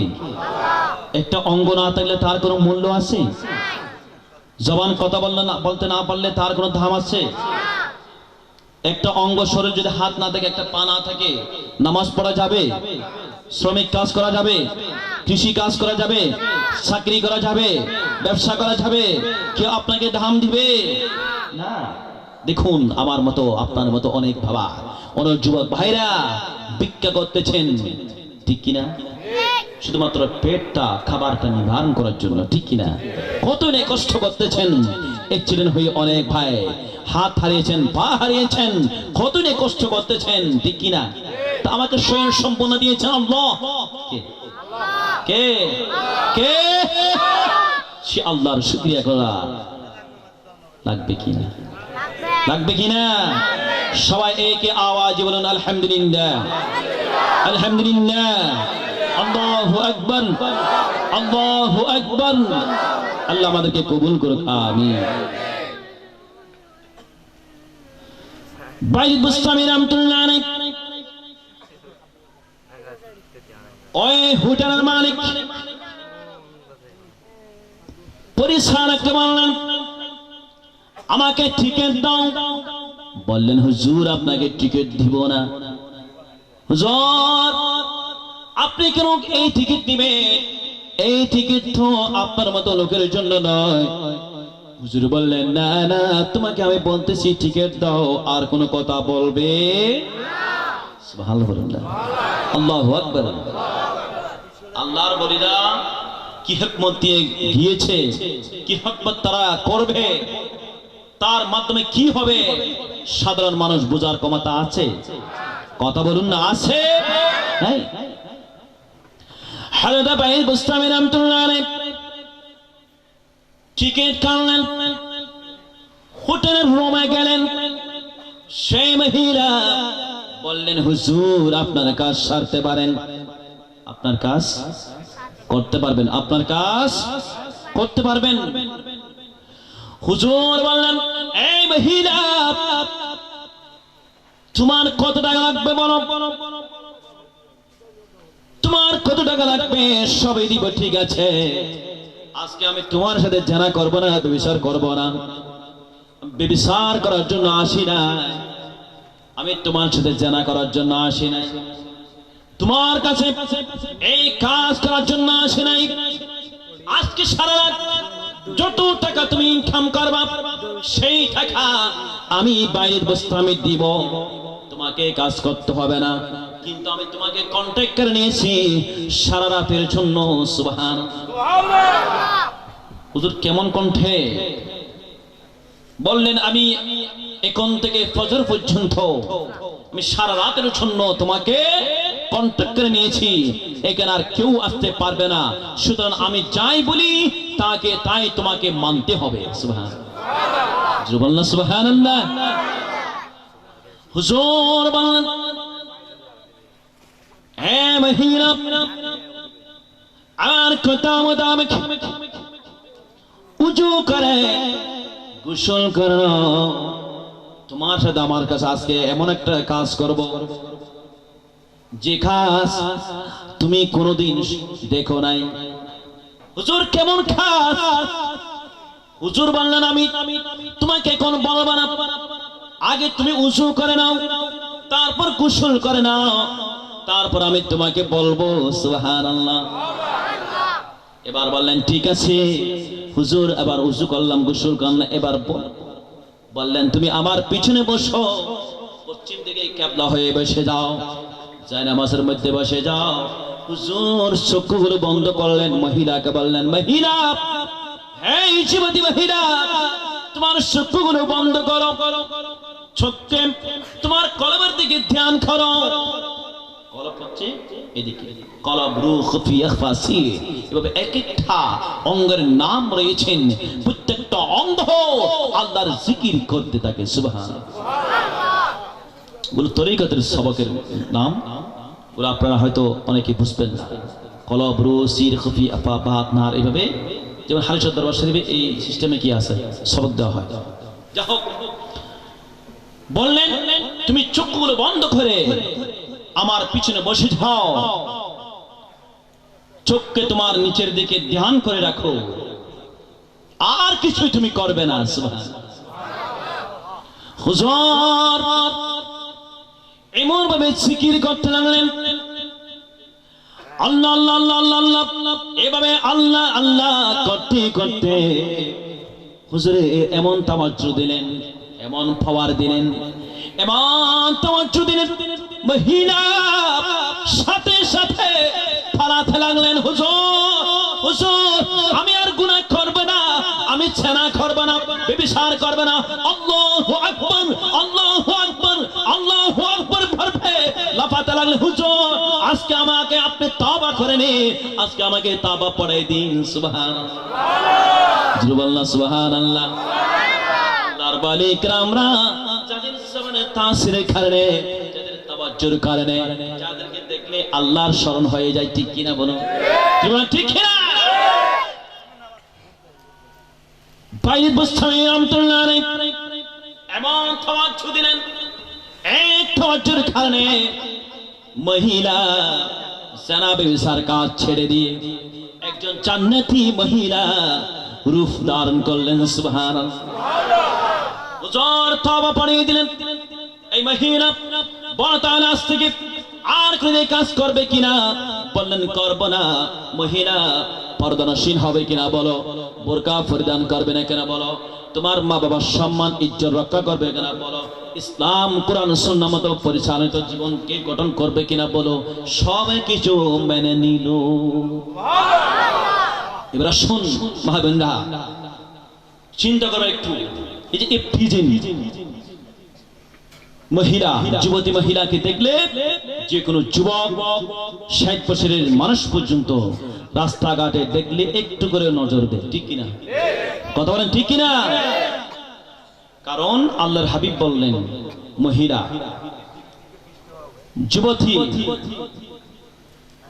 তুমি এমন একটা সম্পদ, তুমি এমন একটা নিয়ামত, একজন পুরুষের জন্য, একজন স্বামীর জন্য তুমি যেমন নিয়ামত, তোমার জন্য একজন স্বামী নিয়ামত। সুবহানাল্লাহ।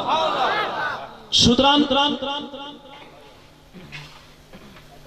বাংলা কলা যদি বা যে কোনো সাগর কলা যদি এই বাইরে একটা কি আছে, কভার আছে কিনা, সোয়ালা নাই, এই কভারটা যদি নিয়ে পেলেন, সোয়ালাটা যদি নিয়ে পেলেন, ও কলাকে কেউ খাবে, মূল্য থাকবে, সম্মান করবে।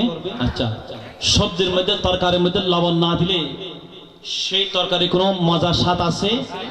কথা বলেন আছে? তদ্রূপ আল্লাহর হাবিব উপমা দিয়েছেন, মহিলা যুবতী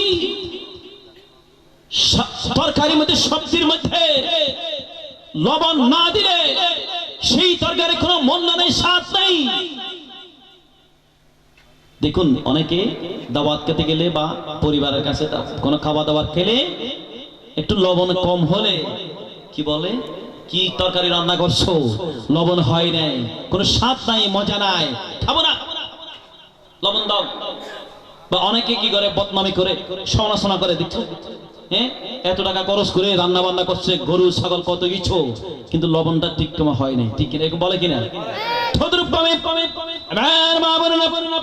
তোমার ইজ্জত তোমরাই ধ্বংস করতেছো।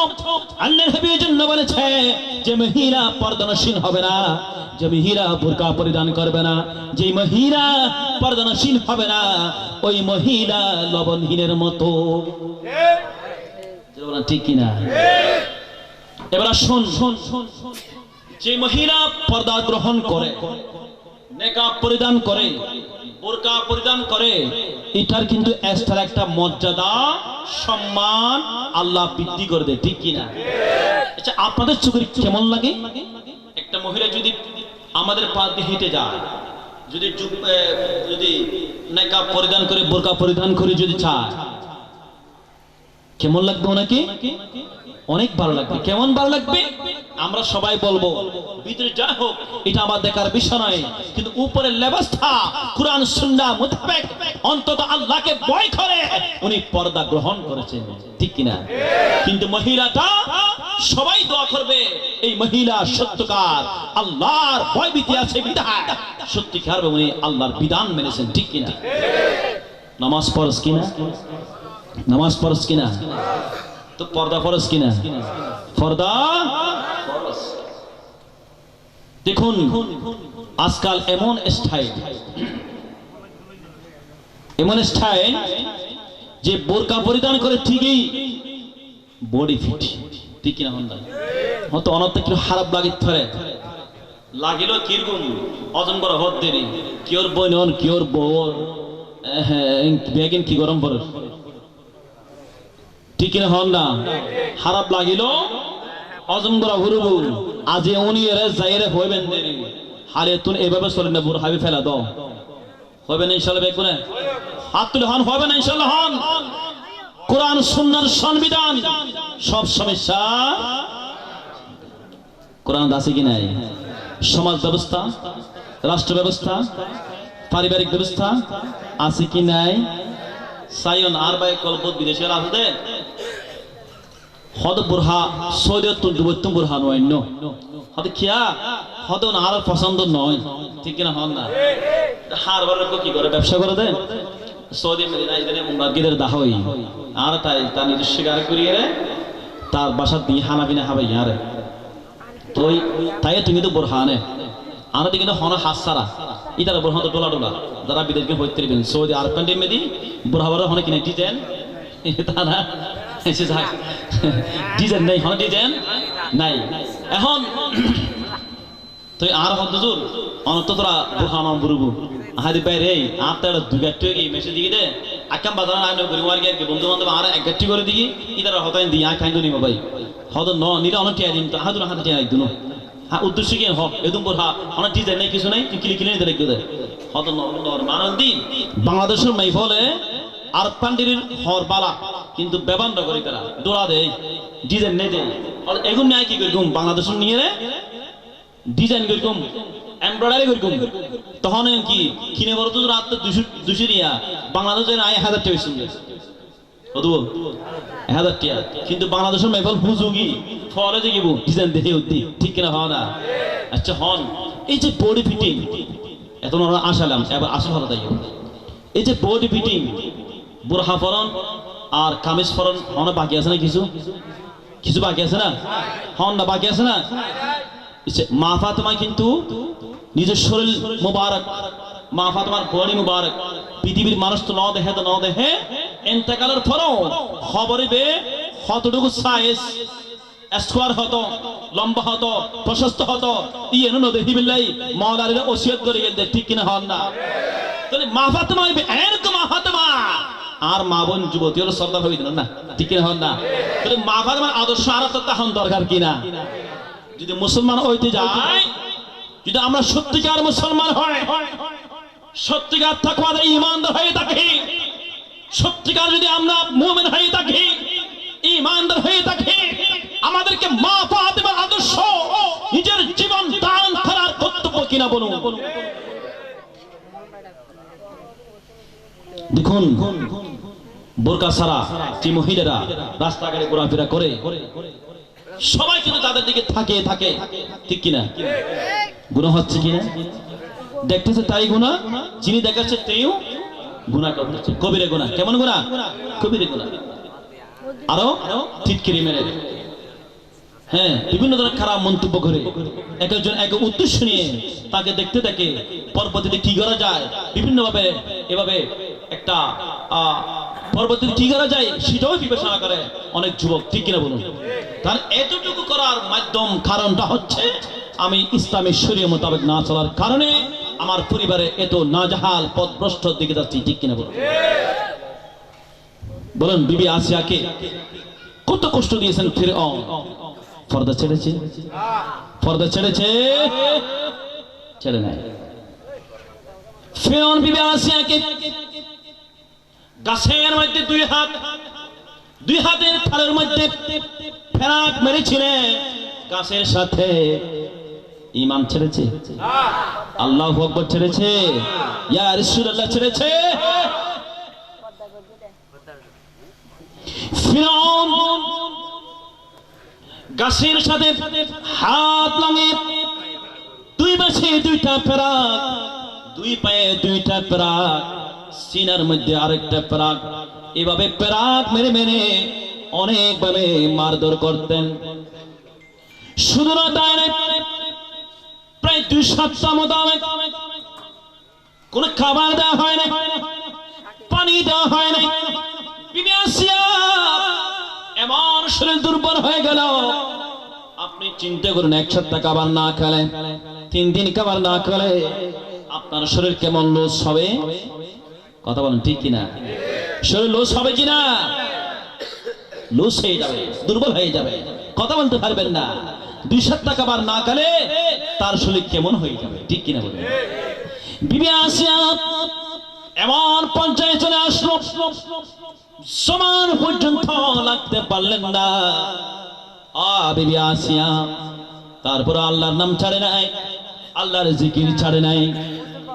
ফেরাউন বলতেছে, এ আসিয়া, তুমি তোমার রবকে ছাড়ো, তোমার খোদাকে ছাড়ো, আমাকে খোদা বলে দাবি করো। ফেরাউন বললেন, করে না, আমি আল্লাহ ছাড়া আর কাউকে ভয় করি না। জুরবান আল্লাহু আকবার, নারে তাকবীর। কেমন আল্লাহওয়ালা, কেমন আল্লাহর ভয় তার কলবের মধ্যে রয়েছেন, ঠিক কিনা বলুন? আর জন দুধ পাড়ালেন, বললেন, বিবি আসিয়া, তুমি একটু ফেরাউনের কাছে নত হয়ে যাও, ফেরাউনের কথা মানবে বলো। বললেন, না, আমাকে খানা পিনা সব ছেড়ে দাও, কোনো সমস্যা নাই, না খেয়ে মরে যাব, কোনো সমস্যা নাই, নির্যাতন করতে থাকো, বিরুদ্ধে আঁটতে থাকো, অনেকভাবে মার দোর নির্যাতন করলেন। বললেন, না, আমি এক আল্লাহকে ভয় করি। সুবহানাল্লাহ। তাহলে কেমন বিবি আসিয়া ছিলেন, কেমন পর্দানসীন ছিলেন, কেমন পর্দানসীন ছিলেন। এই জন্য কিয়ামতের ময়দানের মধ্যে আমার মা বোনকে প্রশ্ন করা হবে, হে আমার বান্দানীরা, তোমরা নামাজ কেন পড়ো নাই, তোমরা কেন পর্দানসীন হয় নাই, কেন তোমরা স্বামীর সেবা করে নাই, কেন তোমার মা বাবার অবাধ্য হয়েছো, মা বাবার কথা মানো নাই? প্রশ্ন করা হবে, হবে কি হবে না? তো আমরা দুনিয়ার মধ্যে কত বাহানা দিই, ঠিক না? বলেন স্বামী নির্যাতনের কারণে, কেউ বলে ছেলের প্রস্রাব পায়খানার কারণে, কেউ বলে সারাসারি অন্যায় ব্যভিচার করতেছেন, জুলুম করতেছেন, এই কারণে এক একজন এক এক বাহানা, ঠিক না? ওই দিন সেই দিন ইয়াউমুল কিয়ামা, যেদিন কেউ কারো কাজে আসবে না, যেদিন সূর্যের তাপে মাটি লাল লাল হয়ে যাবে, খামারের দোকানে যেভাবে লোহা লাল হয়ে যায়, তদ্রূপ ভাবে আর বেশি লাল হয়ে যাবে। যেদিন আপনার গ্রামের পানিতে হাবুডুবু সাঁতার কাটতে হবে, ওই দিন কিয়ামতের দিন, ঠিক কিনা? সেদিন প্রশ্ন করা হবে, আমার বান্দিরা, তোমরা নামাজ কেন পড়ো নাই, রোজা কেন রাখো নাই, পর্দা গ্রহণ করে নাই, স্বামীর সেবা কেন করে নাই, মা বাবার খেদমত কেন করে নাই? তখন এক একজন এক এক বাহানা দিবে।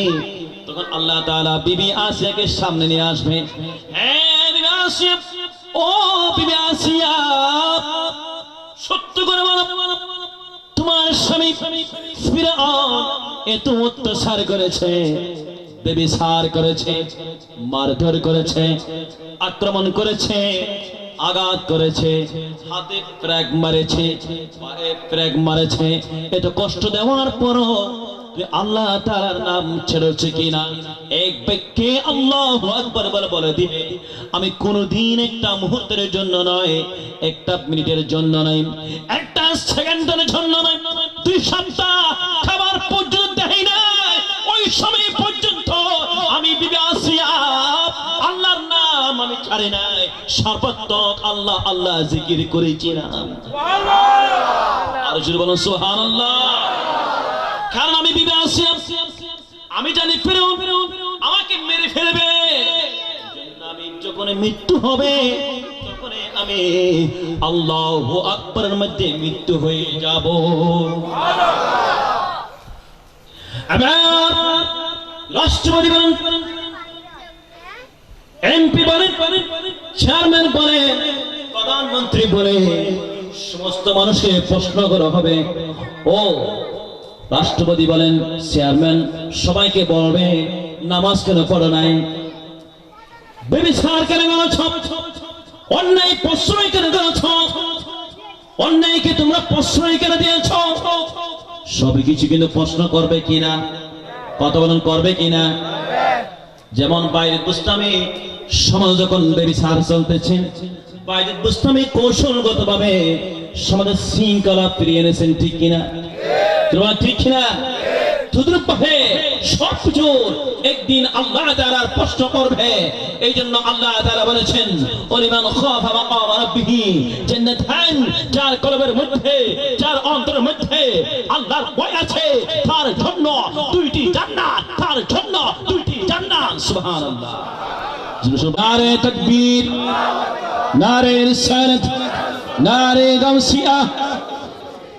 خضر علامة جناب الحاج مولانا মাবুল হক আল কাদরি নূরি বাংলা সাহেব। আমার তাকরীর এই মুহূর্তে শেষ করে দিব ইনশাআল্লাহ, দেরি করব না। যেহেতু আমাকে তো আপনারা সবাই দেখতেছেন সার্বক্ষণিক, এখানে না দিলেও সাদর সামানি বাজারে দেখতেছেন, ঠিক কিনা বলুন? কথা বলেন, ঠিক কিনা? তো হুজুর তো আমাদের জন্য মেহমান, ঠিক না? সুতরাং আমি দেরি করলে এটা সমস্যা হবে না, ভালো হবে। জন্য শেষ কথা বলে দিই, সেটা হচ্ছে তখন আল্লাহ তাআলা হযরত সুলাইমান আলাইহিস সালাম, দাউদ, হযরত আইয়ুব, এভাবে বিভিন্ন নবীদেরকে সামনে সামনে নিয়ে আসবে, প্রশ্ন করবে, আমার নবীরা ওই দিন তোমাদেরকে আমি পৃথিবীর অর্ধেক রাজত্ব দিয়েছিলাম। আইয়ুব আলাইহিস সালামকে বলবে, আমি তোমাকে এত অসুস্থ দিয়েছিলাম, শরীর থেকে পোকা পড়েছিল, ঠিক কিনা বলুন? ঠিক কিনা? সমস্ত বিবিরা কিন্তু চলে গিয়েছিল, একজন মাত্র বিবি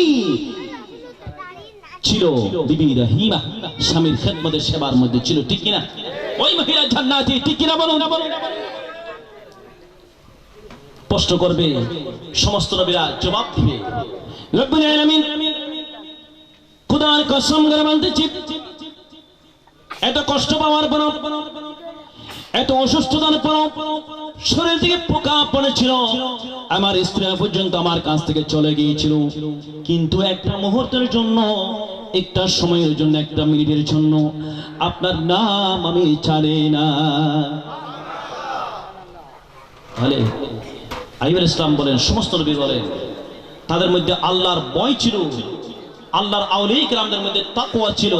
আমি এর আগে বলেছিলাম, ওয়ালিউল মুত্তাকিন, ওয়ালিউল মুমিনিন, ঠিক কিনা বলুন?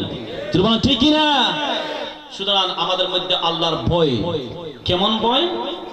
আপনি সকালে যেমন ফজরের নামাজ প্রত্যেকটা মুসলমান নরনারীর জন্য ফরজ কিনা? কথা বলুন, ফরজ কিনা? নামাজ পড়তে হবে কি হবে না? নামাজ পড়তে হবে কি হবে না? নামাজে একমাত্র মুক্তি, ঠিক কিনা? আসরাতুল মিরাজুল মুমিনিন, ঠিক কিনা? নামাজ পড়লে আপনার সাথে আল্লাহর সাথে দিদার হয়ে যাবে, ঠিক কিনা? আসসালাতু মিফতাহুল জান্নাহ, নামাজ কি বেহেশতের চাবি। আল্লাহর ওলিরা ওলি হয়েছে নামাজ না পড়ে। ফরজ নামাজ তো পড়েছি বিধায় সারা রাত নফল নামাজও পড়েছেন, ঠিক কিনা? এই যে আমি এর আগে বলেছিলাম না, ওদের কথা আল্লাহর সাথে কেন কবুল হয়ে যায়? কেন? আমরা তো সেই বান্দা, কেন আল্লাহর কাছে কবুলিয়ত হয়ে যায়?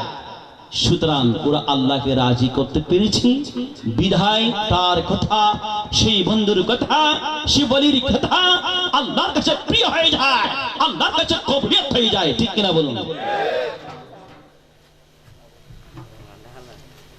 সকাল যখন তুমি আল্লাহ তাআলার নাম দিয়ে শুরু করবেন, দেখবেন আপনার উপর রহমত নাজিল হবে, দেখবেন আব্বার পরিবারের শান্তি হবে। সকাল যখন কোরআন কারীম তেলাওয়াত হবে, দেখবেন আপনার উপর আল্লাহর রহমত অটোমেটিক্যালি নাজিল থাকবে, ঠিক কিনা বলুন? কিন্তু সেই মুসলমান ঘরে, আমি প্রত্যেকটা জায়গায় বলি, সেই মুসলমান ঘরে যেই মুসলমানদের হাতে আর কোরআন, ঠিক কিনা? যে কোরআন দিয়ে মালদ্বীপের জমিন ইসলাম বিজয় হয়েছে, আর সেই কোরআন আমাদের ঘরে ঘরে আমরা আলমারির উপরে তাকে রেখে দিয়েছি, কিন্তু আমাদের কোনো তেলাওয়াত আছে নাকি? আছে। ছোট্টবেলায় আমাদের মা বোনেরা, আমাদের মারা বাবারা সকাল ওরা নামাজ পড়তো, আমাদেরকে ঘুম থেকে তুলে দিত। ঘুম থেকে ওঠার পরে মক্তবে গিয়ে আমরা নামাজ পড়ে মক্তবে যেতাম, কোরআন কারীম তেলাওয়াত করতাম। আমি দেখেছি আমার ছোট্টবেলায় আমার মা আমাকে একদম ভোরে সকালে আমাকে ঘুম থেকে উঠিয়ে বলে, বাবা মসজিদে চলে যাও, মক্তবে চলে যাও। এবার দেখতেছি উনি নিজেই কোরআন কারীম তেলাওয়াত করতেছে। সুবহানাল্লাহ, সুবহানাল্লাহ। নিজের মাকে কোরআন শরীফ পড়তে হবে, মাকে নামাজি হতে হবে, বাবাকে নামাজি হতে হবে। দেখবেন সন্তান নামাজি হবে। সন্তান রাষ্ট্রবিরোধী, কোরআন সুন্নাহ বিরোধী, সমাজ বিরোধী, অন্যায় ব্যভিচারের মধ্যে লিপ্ত থাকবে না। ঠিক কিনা বলুন? আপনার প্রতিটি ঘরে যখন নামাজি হয়ে বাড়ি যাবে, দেখবেন সমাজের সুশাসন হয়ে যাবে, সমাজের শৃঙ্খলা ফিরে আসবে, শৃঙ্খল সব কিছু দূর হয়ে যাবে। ঠিক কিনা বলুন? সুতরাং আমি একটা কথা শুনে আশ্চর্য খুব খুশি হয়েছি। অবশ্য আমার সমাজে একটা আছে, ফজর নামাজের মধ্যে আমার মসজিদে আমার মুসল্লি জিজ্ঞেস করেন আমি যদি মিথ্যা কথা বলে থাকি, 4 কাতার মুসল্লি। আলহামদুলিল্লাহ বলে। কয় কাতার? আমার দাওয়াত ইসলামের ভাইরা ওইখানে অনেক কাজ করতেছি। আমি সর্বপ্রথম আসার পর আমার একটা টার্গেট ছিল প্রতিটি ফ্যামিলিকে নামাজি বানা। এটা হচ্ছে আমার কোর টার্গেট ছিল একটা। আলহামদুলিল্লাহ, আপনারা হয়তো শুনেছেন, জানেছেন, আমি আমার মসজিদে আমি আসার পর থেকে ফজরের নামাজে 3-4 কাতার 5 কাতার মুসল্লি। আলহামদুলিল্লাহ বলুন। প্রতিটা বাড়িতে বাড়িতে কয়েকজন যুবককে পিটিং করে দিয়েছি যে তোমরা সালাত সালাত বলে আসসালাতু মিরাজুল মুমিনিন, আসসালাতু খায়রুম মিনান নাওম, এভাবে মানুষকে আহ্বান করতে থাকবে।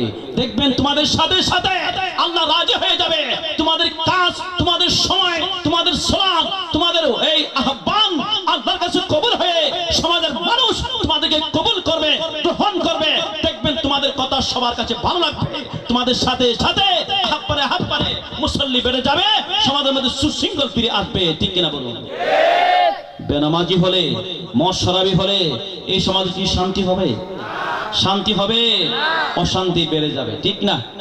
সুতরাং যুব সমাজ তোমরাই আগামী দিনের ভবিষ্যৎ। ঠিক কিনা বলুন? সমাজকে সুন্দর করা তোমাদের দায়িত্ব। ঠিক কিনা বলুন? যুব সমাজ সমাজকে সুশৃঙ্খল করা, কোরআন সুন্নাহর সমাজ গঠন করা তোমাদের এই দায়িত্ব। ঠিক কিনা? আপনারা জানেন তুরস্কের প্রেসিডেন্ট এরদোগান মসজিদে, আমাদের ছোট ছোট বাচ্চারা যখন মসজিদে যায় অনেকে কিন্তু কি করে, সহ্য করতে পারে না চিৎকার করলে। ঠিক না? উনি বলতেছেন এই ছোট্ট বাচ্চারা আগামী দিনের ভবিষ্যৎ। কেমন ভবিষ্যৎ? ইসলামকে টিকে রাখার জন্য, ইসলামকে প্রতিষ্ঠা করার জন্য, ইসলামকে কায়েম করার জন্য, নামাজ শিক্ষা দেওয়ার জন্য, সমাজকে সুশৃঙ্খল করার জন্য, কোরআন সুন্নাহর সংবিধান প্রতিষ্ঠা করার জন্য একমাত্র ভবিষ্যৎ হচ্ছে এই আগামী দিনের ভবিষ্যৎ শিশুরা, যুবকরা। ঠিক কিনা বলুন?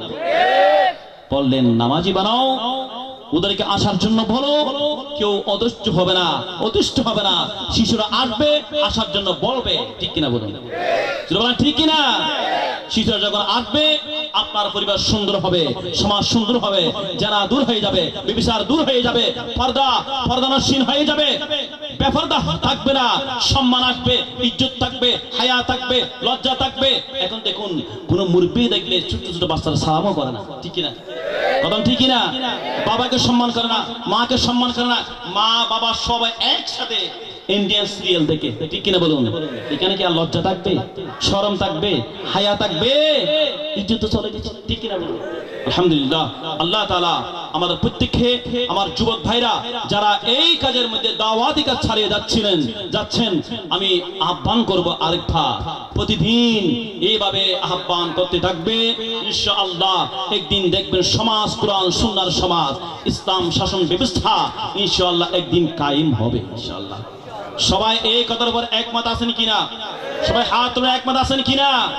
আলহামদুলিল্লাহ, প্রত্যেক নামাজ পড়বেন ইনশাআল্লাহ। আসসালামু আলাইকুম ওয়া রাহমাতুল্লাহি ওয়া বারাকাতুহু।